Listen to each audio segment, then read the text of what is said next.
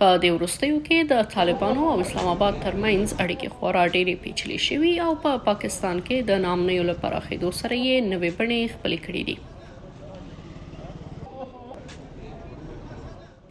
پاکستان له تېرو څو لسیزو راهیسې د طالبانو له بنسټیزو ملاتړو څخه ګڼل کېده او په 1990 لسیزه کې د طالبانو په واک ته رسېدلو کې مهم رول درلود. تر هغه وروسته هم چې له افغانستان څخه د ناټو او متحده ایالاتو ځواکونه ووتل او طالبان په 2021 کال کې بیا پر افغانستان واکمن شول، پاکستان د دغو تحولاتو یو مرکزي لوبغاړی ګڼل کېده.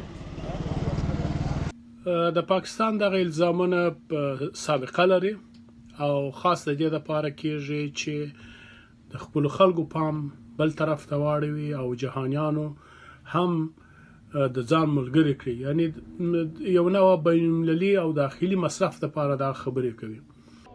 له دې سره د اسلام آباد تمه دا وه چې طالبان به د یو شمن ګاونډي په توګه د پاکستان د ارزښتونو درناوی کوي، خو ډېر ژر ثابته شوه چې دا محاسبه ناسمه ده. اوس پاکستان له سختو ناامنیو کړيږي او په یوه سخته کورنۍ جګړه کې ښکېل دی.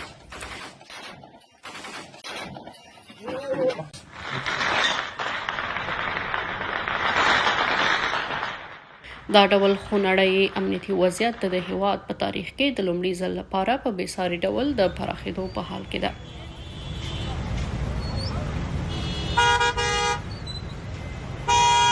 تحریک طالبان پاکستان TTP او بلوچ بیلتون پال د پاکستان هغه کورنۍ وسلوالې ډلې دي چې د اسلام آباد پر ضد جګړه کوي.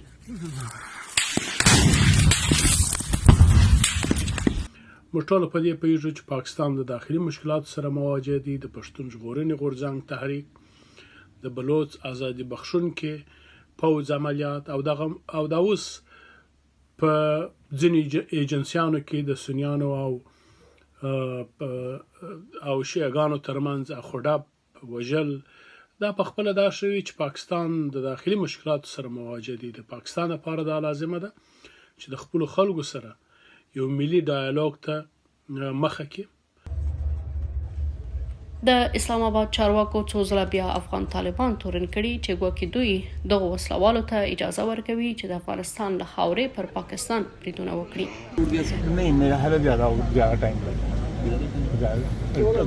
تازه د پاکستان د دفاع وزیر خواجه آصف په بلوچستان کې د اورګاډي په یو تمځای کې د ځان مرګي برید له کبله د 19 پاکستاني پوځیانو د وژل کېدو په غبرګون کې یو ځل بیا طالبانو ته ګوته ونیوله.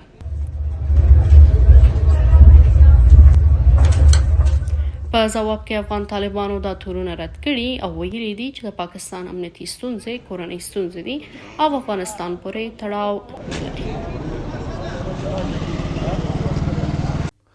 دغه ادعای موږ په کلکه ردوو. دغسې موضوعات په موږ پورې هیڅ اړه نه لري. اسلامي امارت چاته اجازه نه ورکوي د افغانستان خاوره د نورو په خلاف وکاروي. افغانستان نور د هیڅ چا په وړاندې تهدید نه ده. پاکستان د خپل مسؤلیت موږ پر غاړه نه راچوي او خپلو داخلي مشکلاتو ته د په کور دننه حل پیدا کړي. سربیره پر دې په وروستیو کې داسې راپورونه خپاره شوي چې طالبانو له هند سره د ستراتیژیکو اړیکو د پراختیاو لپاره لیوالتیا لري او له نوې ډهلي سره د طالبانو دا نږدې کېدل هغه بل اقدام دی چې د اسلام آباد اندېښنې یې زیاتې کړي دي.